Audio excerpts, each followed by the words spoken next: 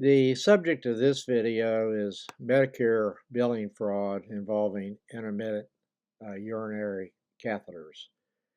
I may publish another video soon on why I believe gold and silver are continuing to spike higher in price. I published a recent video here at YouTube on that subject.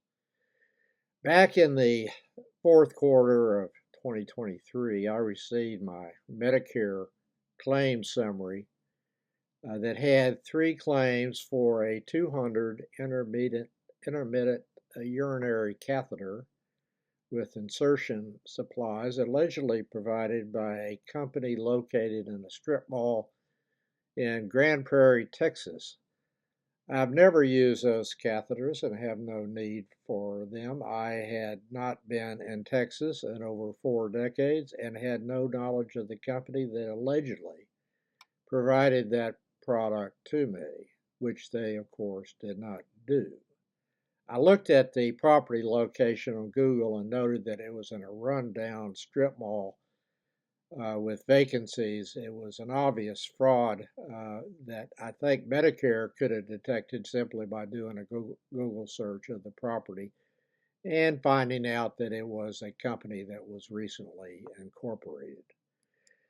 The company had my name, address, and correct Medicare number. So that information had obviously been acquired illegally by the crime ring. Medicare had not paid any of those charges, and the summary noted that I did not have to pay anything. The fraudulent billing was for $6,150. When I contacted Medicare to report the fraud, on the day that I received my summary notice from Medicare, the lady told me that she had been taking calls from all over the country about this fraudulent billing, which clearly indicated to me that the crime ring had a nationwide source for Medicare information. I asked for a new Medicare card and received it. I noticed in researching the issue online that just the urinary catheter scam reached almost $10 billion in the first half of 2025 and had been averaging several billion dollars per year in prior years. Only 2 organizations had my new Medicare card that I received in 2024. My doctor that I see once a year to acquire my annual refill for prescriptions, and he takes my blood pressure and my temperature, and that's about it.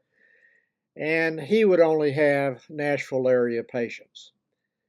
The other was the Kroger Pharmacy, where I receive only my vaccine shots that are paid by Medicare. I have never been hospitalized, and my only medical condition is a slight hypertension that I take a 50 mg blood pressure pill to reduce to a normal range level. Yesterday, I opened my most recent summary from Medicare and noticed that there was a $10,440 in charges made by a company called Centurion Superior Medical, allegedly located in Austin, Texas, and the charges in this case was for 300 intermediate catheter and insertion supplies, which I did not need and was not provided to me. I noticed that this company had filed incorporation papers shortly before billing Medicare. I suspect either non-existent people or straw men were identified in the incorporation papers. Medicare only denied the last of those claims processed on 11/24/25, but paid $6,722.56 for 5 others and claimed that I may be billed $1,840.24 for something that I did not receive. I never did receive a bill, and I don't expect to receive a bill. The primary target of this fraud, in my opinion, is Medicare, that is not doing anywhere near enough to counter fraudulent billing. Money spending on beefing up Medicare fraud detection is a very low priority among the Republicans who now govern in the United States.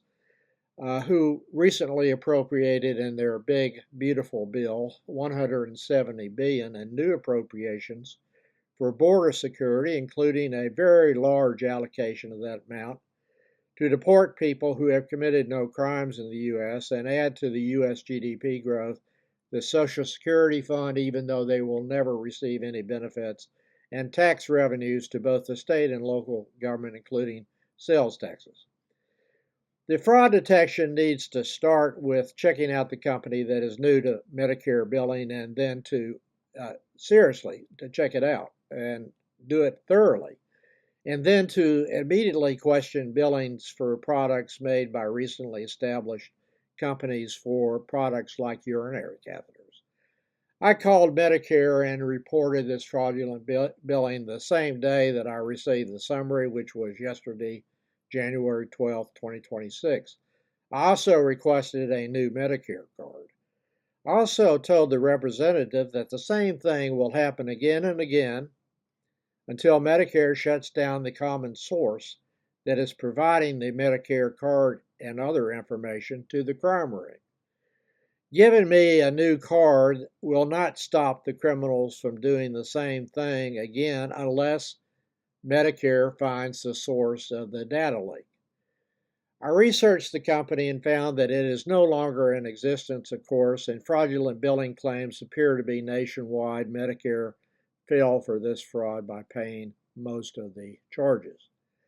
I told the Medicare representative that only 2 organizations had my information. It is possible that one or both use a third-party service to process Medicare claims, and the leak may be there. Or it may be a leak from a Kroger employee who has access to the database. As I said, Kroger is the only company that had my Medicare card information, the new Medicare card information, that has nationwide presence. Kroger has pharmacies nationwide, and I would look very closely at that company and the whatever third-party company provides billing service, if any, and it is an obvious direction for an investigation. But I don't have a whole lot of faith in Medicare stopping fraudulent billing for catheters or anything else for that matter.